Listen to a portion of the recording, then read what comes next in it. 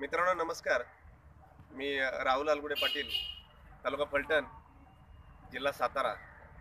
गूढ अंतरेचे काव्यमंच जुन्नर आयोजित सलग 9वे ऑनलाईन काव्य संमेलन. या संमेलनामध्ये मी सहभागी आहे. आपणासमोर माझी स्वयंरचित कविता मी सादर करत आहे. कवितेचा विषय आहे प्रेम कसं असावं. प्रेम कसं असावं. सागरातून उसळणाऱ्या लाटांच्या फेसाळलेल्या पाण्यासारखं असावं. पौर्णिमेच्या शीतल रात्री अवकाशाच्या कुशीत न सामावणाऱ्या चांदण्यांसारखं असावं. प्रेम कसं असावं. सागरातून उसळणाऱ्या लाटांच्या फेसाळलेल्या पाण्यासारखं असावं. पौर्णिमेच्या शीतल रात्री अवकाशाच्या कुशीत न सामावणाऱ्या चांदण्यांसारखं असावं. प्रेम कसं असावं. तप्त धरणीला